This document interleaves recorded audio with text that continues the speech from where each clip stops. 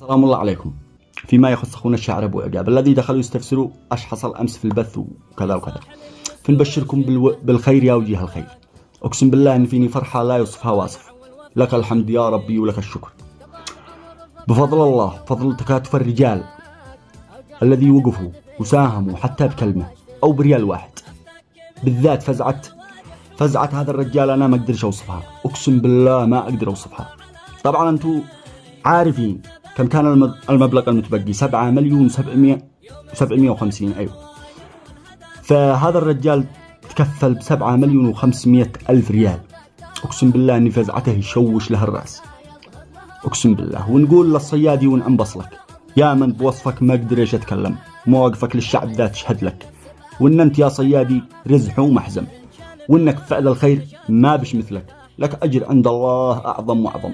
ويا كل من معنا فزع، شا أقول لك حتى بكلمة أو ريال قد قدم، إن أنت فخر عشيرتك والأهلك، وإن الرجالة في عروقك والدم، ونعم بكم أجمعين.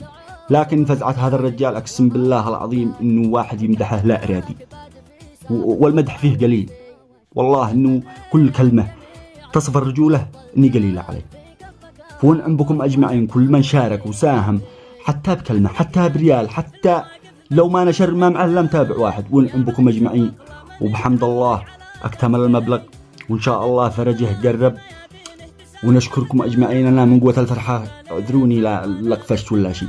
على العموم تحياتي لكم، وجمل الله حالكم، وبيض الله وجوهكم، وكتب الله أجوركم أجمعين.